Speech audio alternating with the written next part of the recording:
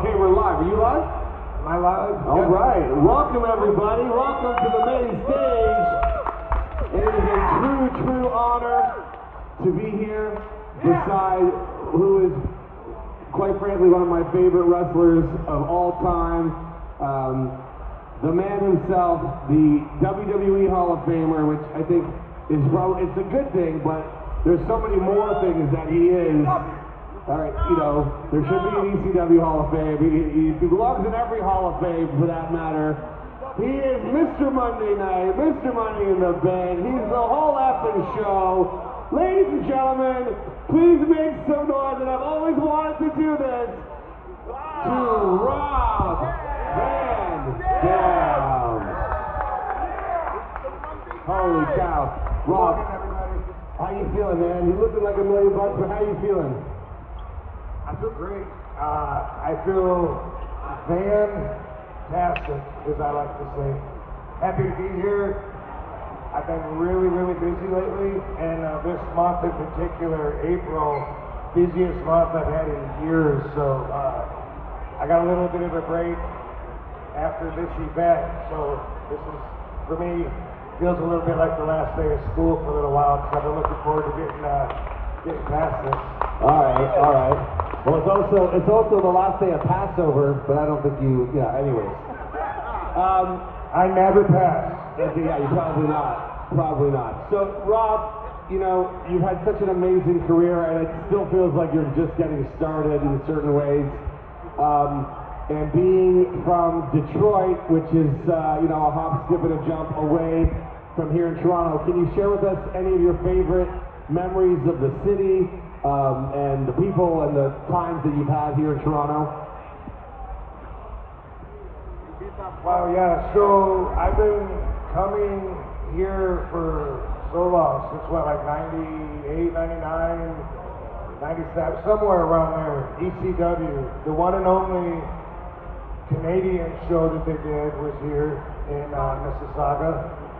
I remember I was there. You were at the show. Oh, yeah. One thing that sticks out of my mind is the non-judgmental, free spirit that I recognize, because at that time, a bunch of us at the ECW show could go back behind the building, in between cars or whatever, and light up. But here, all the fans were doing it like in line to get into the building, in the front, in the parking lot. And I just hadn't been around that, like at that time.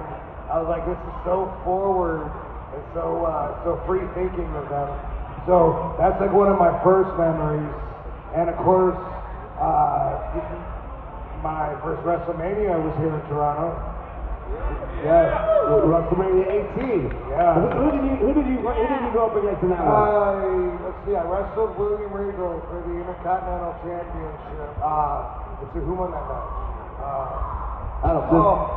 There's no way you. Right. There's no way you. The IC champion. Oh my goodness! In Toronto.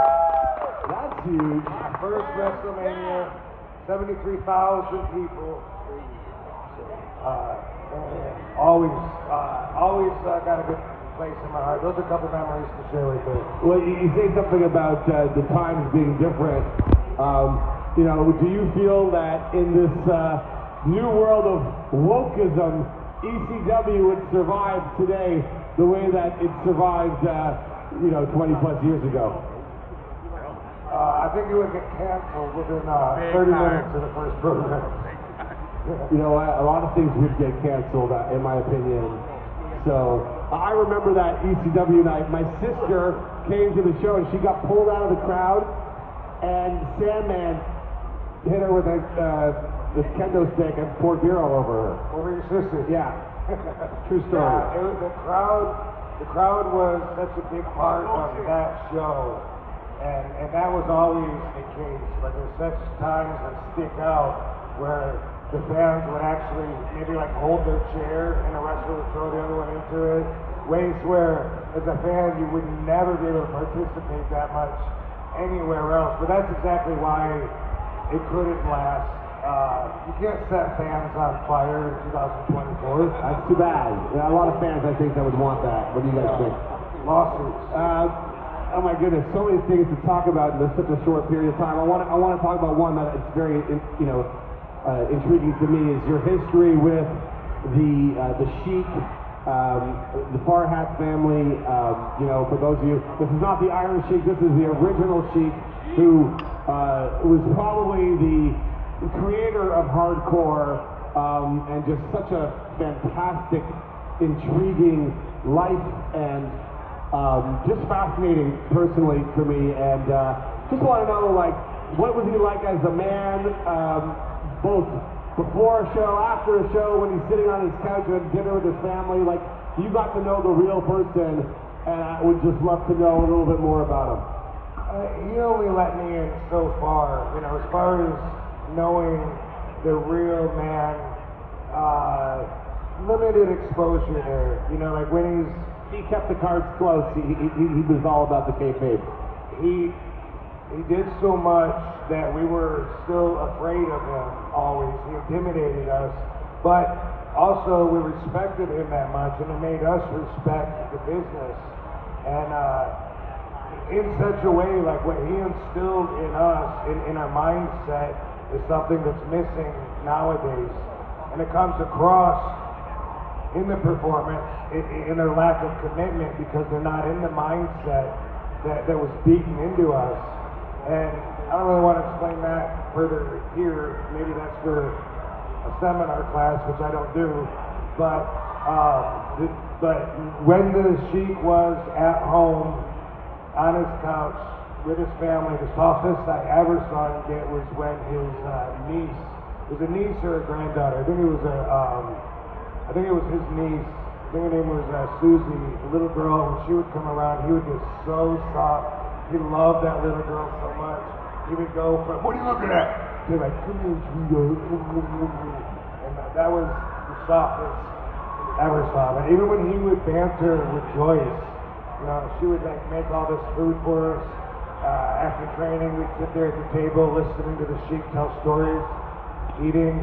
And he would still like keep up in front of us the way that he would talk to his wife. I never knew like if he was joking or what the deal was, because sometimes they would get pretty far. She'd lay down like a plate of hot dogs. He'd say, "What hot dogs? What are we, bunch of kids? You get hot dogs for what are we? We're grown men here." She'd be like, "Don't worry about him, Robbie. He's just joking." And he'd say, "Joking? You've been saying I'm joking for 20 years now." And as a kid, I'd get really uncomfortable. You know what I mean? And he would just keep pushing it to where it's like, "You don't know what you get lost without me." And he'd say, "I wish I could find out. I've been telling her I want to find out. She doesn't believe me. She doesn't believe me." He'd put me on the spot. So he was committed.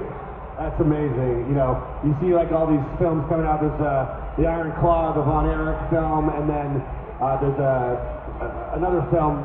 My friend Greg Oliver will remind me about a woman, Mildred Burke. There's a movie coming out about Mildred Burke, a full feature film. Who's Mildred Burke? Mildred Burke is one of the first women's champions. Okay. Back in the Moolah days, right? And so, as Hollywood is taking a liking to films, wrestling culture, I don't know how there isn't a film on the actual original Sheik. Right. They were making a documentary years ago about him, and then before the movie was finished, a bunch of changes happened in the business, and then they went back to it and put a little money into it and added like scripted parts to the documentary, so the finished product is like a really crazy Unfinished. Have you seen, well no, it is finished, but you're like, I guess a mockumentary might be the right term, because like a Spinal Tap kind of deal. But has anybody heard of the movie I Like to Hurt People? Yeah. No? Yeah, you've heard of it? Have you seen it? No. That's the closest thing, I guess, to a movie about the Sheik, because that is.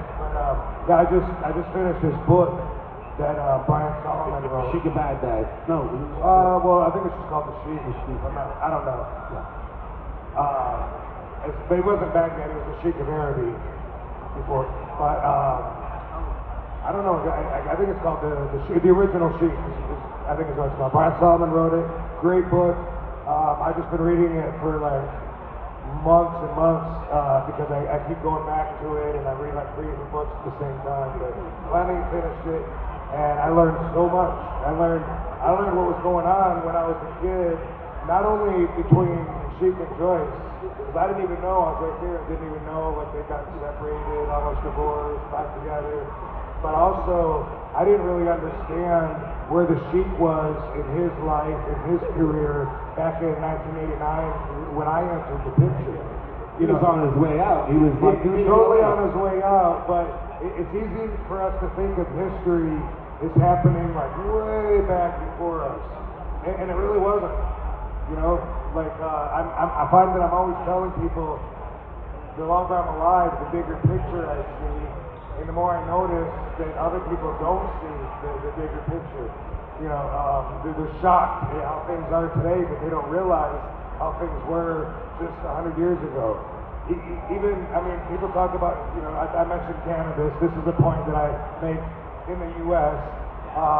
People are like, isn't it crazy that people used to get locked up and fined and all this for weed, and now it's legal?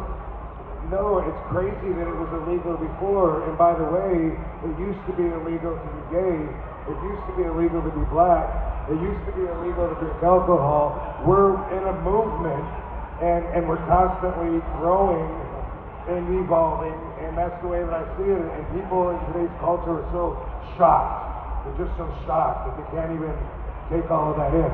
Anyway, with the Sheik and everything in his history and what he's been through and the territorial takeovers that Vince was doing, I really didn't realize till I read the book that that was all happening. And I mean, I came in like at the tail end of it, which I kind of knew, but I didn't know, like, and I'm thinking like, wow, he was still taking bookings back then.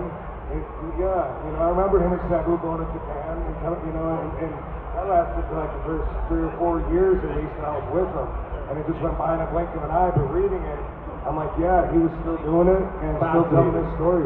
Fascinating. What do you guys think? You guys loving Rob Van Dam right now or what? This is some serious knowledge. I think we have time for probably one more question, and then he's going to be available to sign and do all the good stuff for you guys. Okay, where do I go from here? There's so many different wrestling promotions. I see that you're in AEW here and there. You know, you bounce around different independents. You're getting booked solid. You know, in my opinion, wrestling has never been more of a diverse environment than it has this generation right now. Have you seen what's going on over there in Uganda? I have no idea what you're talking about. What is going on in Uganda? Okay, so in Uganda... Maybe this is a Canadian thing because I'm the only one in the room that has no idea what he's talking about. No, this is actually... this is actually a real thing. Kamala, the Ugandan head? No. In Uganda right now, okay, there is it's called soft ground wrestling, okay? Okay, I got you. I've seen this on Instagram. Yeah, and it's blowing up. Right? Yeah. Guys are flying themselves over there, and I didn't know that. Oh yeah, and you know, it just goes to show that you know the wrestling universe is so creative and so entrepreneurial that a company that doesn't even have a ring is putting on shows. Guys are flying themselves out there in Uganda, and I just wanted to know if you heard about that or you saw it. Yeah, you know, it's not that new. Like now. I'm seeing clips of it, and they're really talented and beating the hell out of their bodies, by the way. And I see clips of it on Instagram now, but it was probably maybe 4 years ago or 5 years ago that Vice did an episode, and there was this really big dude, he called himself Mike Tyson, and they were doing this. And it might have been it might not have been Uganda, it might have been somewhere else, like in the African continent. But after that, I actually was talking to some top, let's just say politicians, I don't know the word, you know, executive people in Jamaica about bringing that to Jamaica, and they wanted to start like a Jamaican Wrestling Federation, and they wanted me to, you know, to head this, But when they sent me footage, it was like this. They were doing the soft ground stuff. Didn't have a ring, anything, beating the hell out of themselves. And I just thought, like, you know, that would be really cool if something took off and started. I could be at the front of it, you know, bringing this to Jamaica if it was something that. And I've almost invested in Jamaica before when Amsterdam canceled the Cannabis Cup, and then they moved it to Jamaica, and that was supposed to be the new Amsterdam. And I went there one time during the Cannabis Cup, and they were saying this is going to be this, but then Amsterdam changed their rules. They just went right back there and forgot about Jamaica. And I'm like, what about Jamaica? Like I've always liked that place, even though I got married there the first time, and that ended up being something I put behind me. But, we got some Jamaicans in the crowd. All right, Yaman, Irie. Love it. I love Jamaica, and I've been there several times, and I wrestled there in Kingston at the Coney Island Amusement Park for my 21st birthday. First time that I was exposed to cannabis on that trip too. You're born from my dad. He loves you, man. All right. We got a live stream going on from Jamaica. Okay, guys, that's gonna end this. But what we're gonna do together, I think it's only right that together we all do.